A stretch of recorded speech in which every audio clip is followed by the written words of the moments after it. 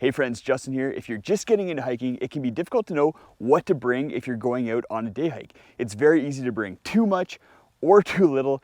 Today I'm going to go over everything that I bring in my day pack in order to stay safe, warm, and comfortable while out on the trail. And if you're an experienced hiker, I also have some really cool gear for you in this gear list that you may look at and think, I should probably add that to my hiking day pack. And stick around to the very last item because it's super important and not something you want to forget. I've seen people forget this while out on day hikes, and it definitely leads to some crappy situations. First things first, the pack that I use while out day hiking, and that's the Osprey Synchro pack. So I think this is the 12 pack, yeah, so 12 liters. So it's a nice small pack, but it's also really functional. There's a few different features that this pack has that I really like to have in a day pack. First of all, that size, nice and small. It also has a vented back panel here, so if I am moving really quickly, getting really sweaty, then this allows my back to breathe a little bit and I don't get that really sweaty, sticky back like you might get if this was just a big foam piece. As well, it has lots of organizational pockets. It has 2 side pockets here, a big front pocket, and then 3 pockets throughout the top. And there's a water bladder in here as well, which is really nice, but we'll talk about that in a second here. Another thing that you may have noticed is that there's no hip belt on this pack. So there's a little strap here that you can connect around in order to stabilize the pack, but no hip belt that locks around your hips. For me, I like not having a hip belt. I find it gives my hips a little bit more range of motion, as well as if I'm scrambling, then allows my hips to be a bit more free. Some people, they like having hip belt even for day packs. I find it unnecessary, but if you are one of those people who likes having hip belt, then definitely go check out the Osprey Talon series of packs. And I'll post links to both the Synchro and the Osprey Talon, as well as all the other gear we talked about today in the video description. So go check out those links if you're looking to pick something up from today's video.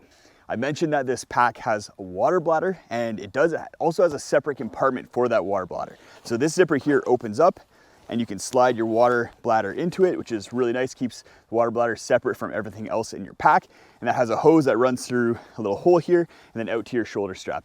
I like having a water bladder for day hikes because it just makes access to water a little bit easier, and you don't have to stop quite as much to potentially take a water bladder out of a hip belt and drink from it. When I'm out on a multi-day trip, I don't like having a water bladder because they are prone to failure at some point, and you don't want that to happen when out on a multi-day trip. As backup, in case the water bladder does fail, I always carry a 700 milliliter smart water bottle here.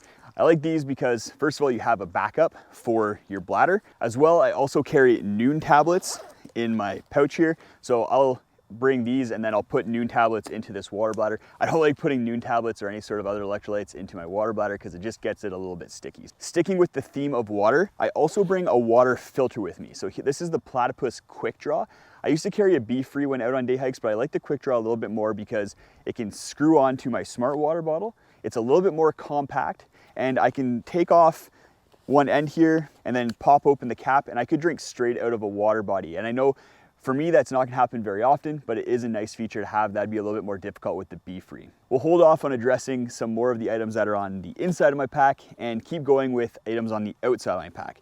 Next up is the Z seat from Thermometer. So this is just a nice foam seat to have. You put it down on the ground and you can sit on it if you're taking a break, keeps your butt warm and dry.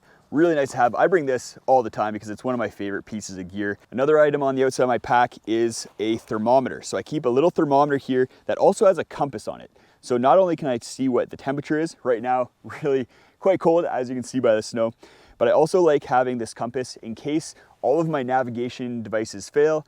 If I have planned my trip well, I know where my exit strategy places are, and I can use that compass to navigate to the nearest road or feature that's gonna allow me to get to safety. And that brings us to some of my navigation items. So for navigating, I actually use my watch. So I have the Garmin Fenix 6 Pro Solar watch. It has topo maps on it, which are awesome for navigating. I like being able to just look at my wrist, see whether I'm on the track or not. I can upload tracks from Gaia GPS, which is my favorite navigation app, right onto the watch, and then just follow the line on the map, which is really, really nice and a great feature. As well for the watch, I like it in order to be able to track the distance that I cover, how fast I'm hiking, how much time I might have left. It also has some great features for determining elevation and where you are in elevation gain. Just an all-around great watch. And I'm gonna be doing a review of this at some point soon. If I'm not navigating with my watch, then I'll always have my phone with me as well while out on the trail, and I'll load up Gaia GPS tracks on here. And because I have the Gaia GPS premium membership, then I can go straight into the app even if I'm in airplane mode and still navigate via the app on my phone. Still, before we jump into the pack, let's talk about the clothing I'm gonna wear. I get asked what I hike in all the time, so I'll quickly go over everything that I like to wear when I'm out hiking so that you guys can see whether it might work for you. First up, we have my hat. I always wear a trucker hat when out hiking in order to keep the sun off my eyes.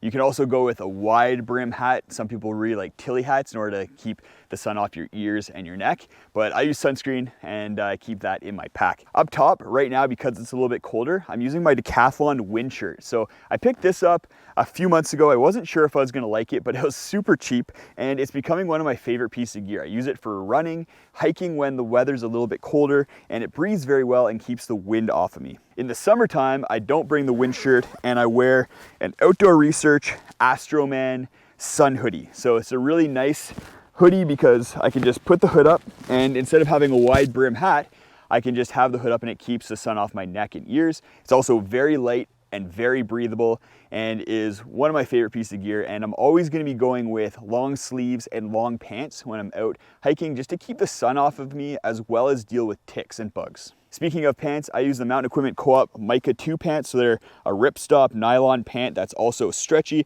has a gusseted crotch here for extra mobility, and then it has elastic cuffs on the bottom that allow you to really have that cinch around the bottom so that your pants aren't getting in the way of your hiking, and it also prevents ticks from getting up into your pants and on your legs a little bit easier. If you're really worried about it, you can tuck in your socks in your pants, and that's gonna do the best at preventing ticks from getting all over you. For my socks, I'm dedicated to toe socks now. I use the Inreach toe socks. These are the long crew ones, but I also use ankle versions as well. The Inreach ones are super easy to put on. They dry very quickly and are really, really comfortable. On my feet, this is something that's changed recently as well. I've been wearing the Hoka One One Speed Goat 4 trail running shoes. So these are a super cushioned shoe. They have a bit of a wider toe box, and I find them super comfortable. They have a mega grip sole on them, so they grip terrain and slippery rocks really, really easily. When I'm doing really long days, the Hokas are just really, really nice because they have that extra bit of cushion. Let's continue diving into the pack, see what else I have in here and that I bring out on day hikes. We'll start off with the little pocket right at the top here, and that has the Inreach in it. So I use a Garmin Inreach Mini. This is my favorite SOS device. Not only does it have SOS capabilities, but it allows for two-way communication from the device as well as if you tether it to your phone.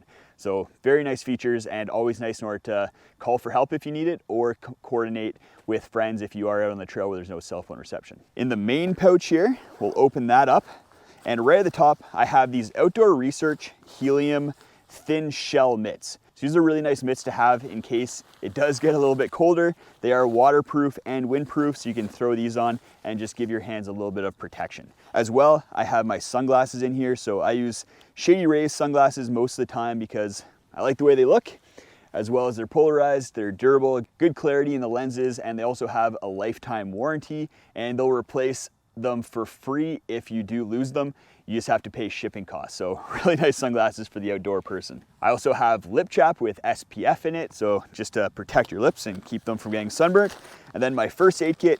In here I have blister care, I have drugs in case you have an allergic reaction or are dealing with pain, as well as fire starter. I'm gonna make a video about what's in my first aid kit at some point, so subscribe to the channel if you wanna get notified when that video drops.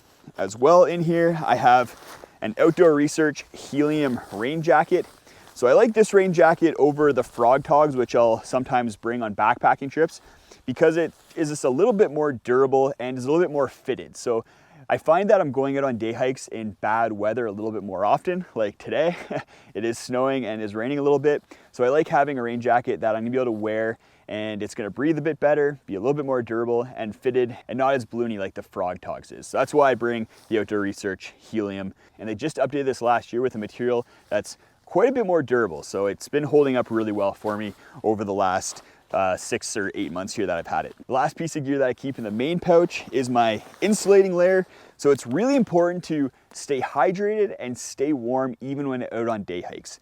And what I like to do and what I plan for is being able to spend the night out in the backcountry if things go sideways. That's why I have the SOS device. If I need help, I can call for a helicopter to come and get me, but sometimes the weather's not cooperating with that and the helicopter might not be able to get to you until the next day. So you need to be able to survive and stay warm well out in the backcountry. So I have a down jacket. This is the Decathlon Trek 100 down jacket, really affordable jacket and really warm and compacts down into its own pocket like you saw there. So I always have this with me, and it's great just to throw on if you're stopping for a break or a snack or you do start getting a little bit colder. In the last pouch here, we also have some other essential items. So let's jump in here. We have my snacks. I use these little bumpkin bags. They're reusable to throw snacks in. I usually have some nuts in there, or I'll bring some bars, as well as some cranberries. I love having those. So here we have the bar.